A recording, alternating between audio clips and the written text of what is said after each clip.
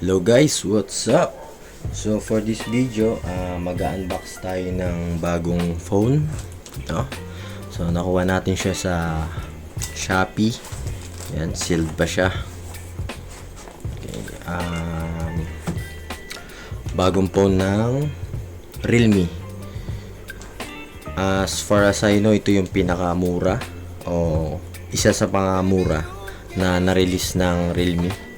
So unbox na natin.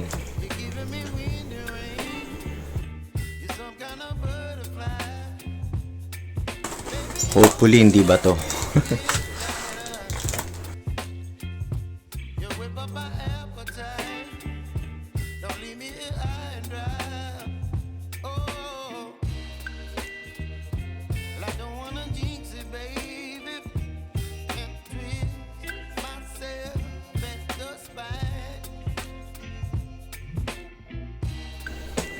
So ang kanilang bagong Note 50. Okay.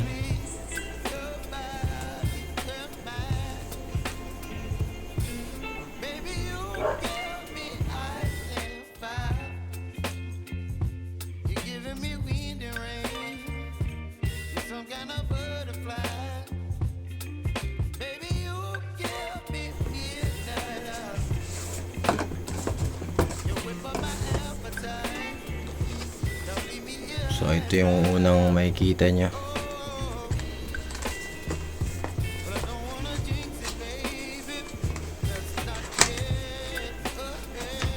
So may SIM ejector as usual. Then quick guide, manual.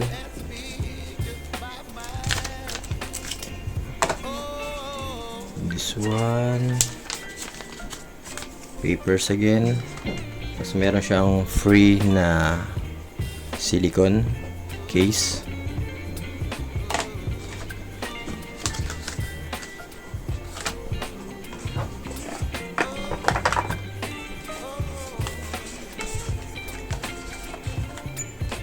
Then ito yung phone.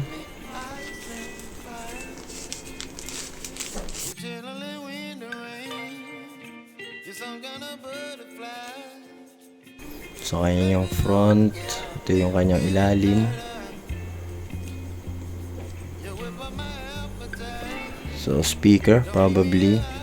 Ito is type C, 3.5mm jack. Tapos dito sa kaliwa yung kanyang SIM tray. Then sa kanan yung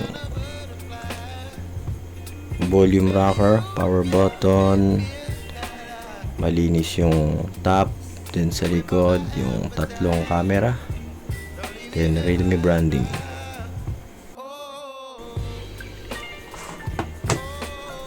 Then aside dyan, meron ding type C cable. So mahaba. Then power adapter. Good thing may include na ganito kasi mahirap pag wala. Ito yung specs ng adapter. Then wala nang laman, walang free earphone. Okay, setup lang natin isang pabilisan. English.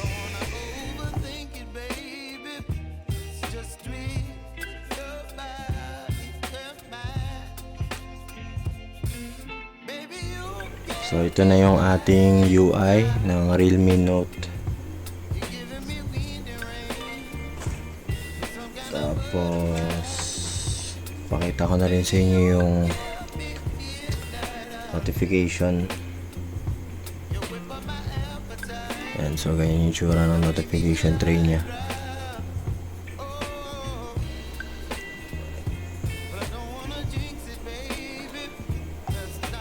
Tapos settings. Then so yun yung kanyang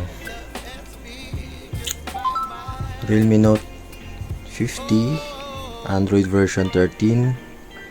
Realme UI version 13 din. And then 4GB RAM. Storage is 64. Ito yung kanya model, RMX 3834. Then ano pa ba? By the way, magkakandak ako dito ng mga ilang test, siguro yung sa gaming and then sa camera, tapos sa video. So testingin muna natin ngayon yung fingerprint, security, screen lock, pattern na lang muna.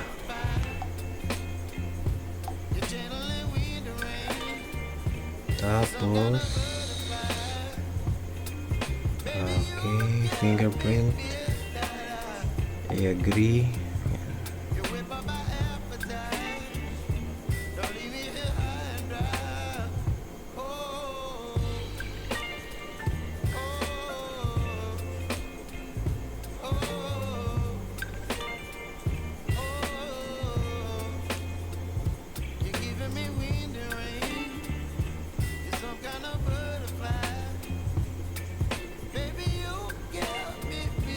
Okay, done. Try natin.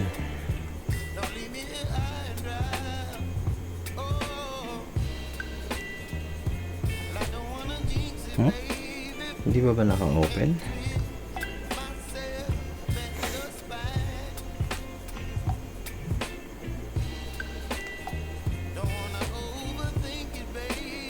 Okay, ito.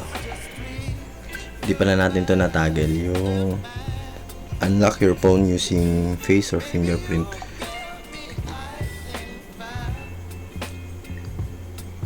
Isa pa. Okay, responsive naman, mabilis. Try natin yung nakabukas na yung screen.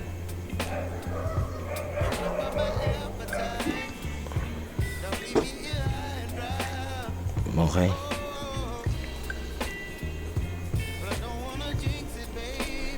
Then try naman natin yung camera, HDR, auto.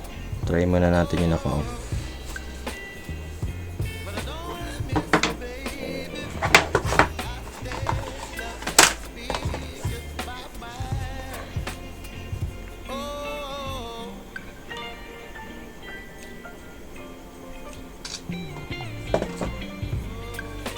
So ganyan naman siya kumuha.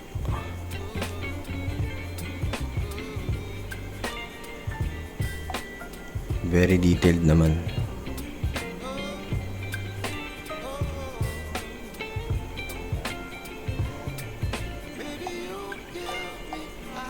Try natin yung sa video. Video settings niya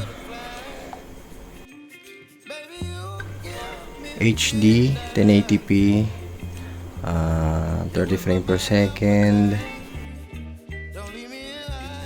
Okay. Tapos yung sa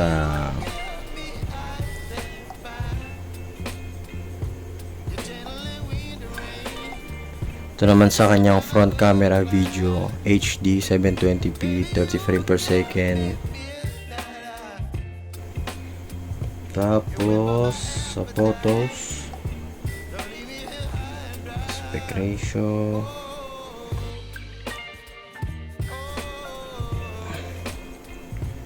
so I think yun lang guys. Bali magte-test na lang ako ng camera, video, tsaka gaming. Then yun na, balikan ko na lang kayo after few days.